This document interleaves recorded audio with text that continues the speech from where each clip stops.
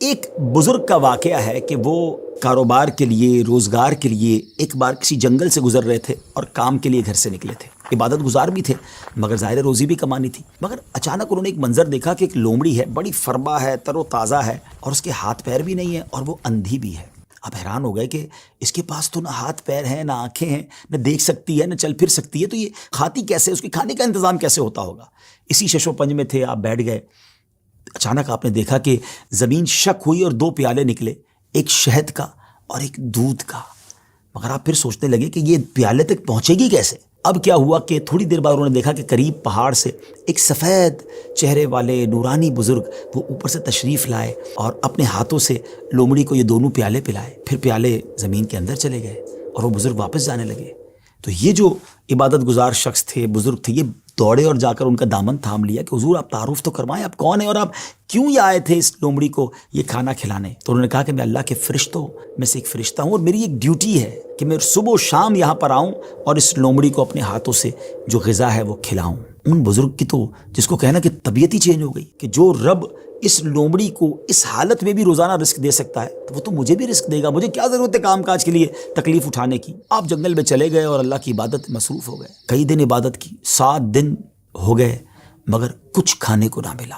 بھوک سے برا حال ہو گیا. اللہ کی بارگاہ میں فریاد کی، میرے مالک مجھے بھی تو کوئی لقمہ غذا عطا فرما. اب بھوک برداشت کرنے کی طاقت نہیں ہے، یا میری روح قبض کر لے. اللہ کی طرف سے یہ ارشاد ہوا، یہ پیغام ملا کہ اے میرے بندے اپنے ہاتھ سے کماؤ، کسب حلال کرنا ہے، کوشش کرنی ہے، خود بھی کماؤ اور محتاجوں کو بھی کھلاؤ. جب اللہ کریم کی طرف سے یہ حکم ملا تو پھر ان بزرگ نے کیا کیا؟ پہاڑ سے اتر گئے اور پھر اب طلب معاش میں اپنے کام میں لگ گئے، کمانے لگے. آدھا خود کھاتے، آدھا محتاجوں میں تقسیم کرتے.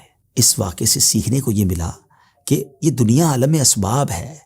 توکل یہ نہیں ہے کہ بندہ گھر میں بیٹھ جائے کہ بس اللہ روزی دے گا. یقیناً رب روزی دینے والا ہے، مگر اسی نے اس دنیا میں اسباب بنائے ہیں اور ہمیں اپنے ہاتھ سے کام کرنے کا بھی حکم دیا گیا ہے. تو کوشش کرنی ہے. ہاں، کوشش کر کے جو اسباب اختیار کیے اسی کو سب کچھ نہ سمجھیں کہ چونکہ میری دکان ہے اس لیے مجھے رزق ملتا ہے. نہیں، رزق جو ہے وہ رب عز و جل ہی عطا فرمانے والا ہے. رازق وہی ہے، بھروسہ اس پر ہو، اسباب پر نہیں. لیکن توکل کو اس طرح نہ سمجھے کوئی کہ جناب اب کچھ کرنے کی ضرورت نہیں ہے. ایک بار ایک صحابی رسول نبی پاک علیہ الصلوۃ والسلام کی بارگاہ میں آئے اور عرض کی کہ حضور میرے ساتھ اونٹ بھی ہے، کیا میں اس کو باندھ کر اللہ پر بھروسہ کروں یا ایسے ہی چھوڑ کر رب پر توکل کروں؟ تو نبی پاک علیہ الصلوۃ والسلام نے بڑا کمال کا ارشاد فرمایا کہ پہلے اس کو باندھو اور پھر رب پر بھروسہ کرو. تو ناظرین، ایکچول تعریف توکل کی یہ ہے کہ ہمیں اسباب اختیار کرنے ہیں مگر خالق اسباب پر بھروسہ کرنا ہے.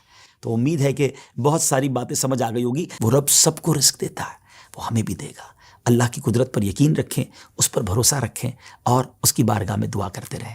حرام کے قریب نہ جائیے.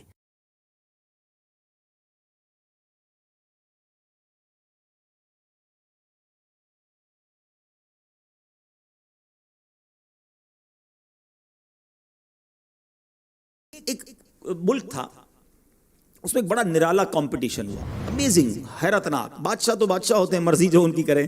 بادشاہ نے اعلان کر دیا جناب پورے ملک میں چیک کرو سب سے بڑا بے وقوف کون ہے، اس کو تحفہ دینا ہے. عقل مندوں کے مقابلے تو سنے تھے، بے وقوف کا مقابلہ. چلے جناب، شروع ہو گئے مقابلے. عجیب عجیب بے وقوف آتے تھے، اپنے کرتب دکھاتے، اپنی باتیں دکھاتے. وزیر تھے جو ٹیسٹ کرتے کرتے کرتے آخر کار ایک بندہ ایسا تھا جس سے بڑا بے وقوف پورے ملک میں نہیں تھا. بادشاہ کے سامنے کھڑا کر دیا کہ بادشاہ سلامت، بڑے تجربے کیے، بڑے ٹیسٹ کیے، he is the biggest fool of our country, یہ ہمارے ملک کا سب سے بڑا جو ہے نا بے وقوف ہے.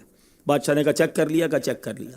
بادشاہ نے اپنی مالا اتاری سونے جواہرات کی، اس بے وقوف کو پہنا دی. بے وقوف بڑا خوش گھر آیا. تھوڑے دن ہوئے تو بے وقوف کو پتہ چلا کہ بادشاہ سلامت بڑے بیمار ہیں.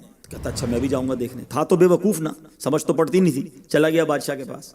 کہ بادشاہ سلامت کیا حال ہے آپ کے؟ سنائیے. سنا بڑے بیمار ہو گئے ہیں. بادشاہ بہت زیادہ بیمار تھا، آخری لمحات تھے. کہتا ہے بس اب تو اس جہان کو چھوڑ کر جا رہا ہوں. بیوقوف کہتا ہے بادشاہ کو اچھا آپ کہیں اور جا رہے ہیں؟ کہاں جا رہے ہیں؟ اس کو یہ بھی نہیں پتا تھا کہ مرنا بھی ہوتا ہے، بیوقوف جو تھا. تو بادشاہ کہتا ہے میں اس دنیا کو چھوڑ کے دوسری دنیا میں جا رہا ہوں.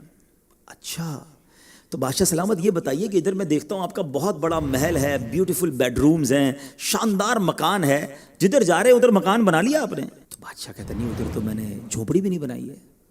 اچھا بادشاہ سلامت میں دیکھتا ہوں آپ کے پاس بہت پیسے ہیں، بڑا مال ہے، آپ تو بانٹتے بھی سونا ہی ہیں، سونے کے جواہرات کے ڈھیر لگے ہوئے ہیں آپ کے پاس، جدھر جا رہے ہیں ادھر پیسے بھجوا دیے نہیں بھجوائے؟ بادشاہ کہتا ہے میں نے تو وہاں بوٹی کوڑی بھی نہیں بھجوائی ہے. اچھا بادشاہ صاحب میں دیکھ رہا ہوں آپ کے آس پاس بڑے خادم خادمائیں کنیز غلام ہیں, ہر طرف آپ کے خدمت گار ہیں, جدھر جا رہے ہیں ادھر کچھ غلام کنیز خادمہ بھجوائے نہیں بھجوائے؟ بادشاہ کہتا ہے ادھر تو کوئی خادم نہیں ہوگا. اس بے وقوف نے بڑی کمال کا کام کیا, اس نے وہ مالا اتاری اور بادشاہ کے گلے میں پہنا دی.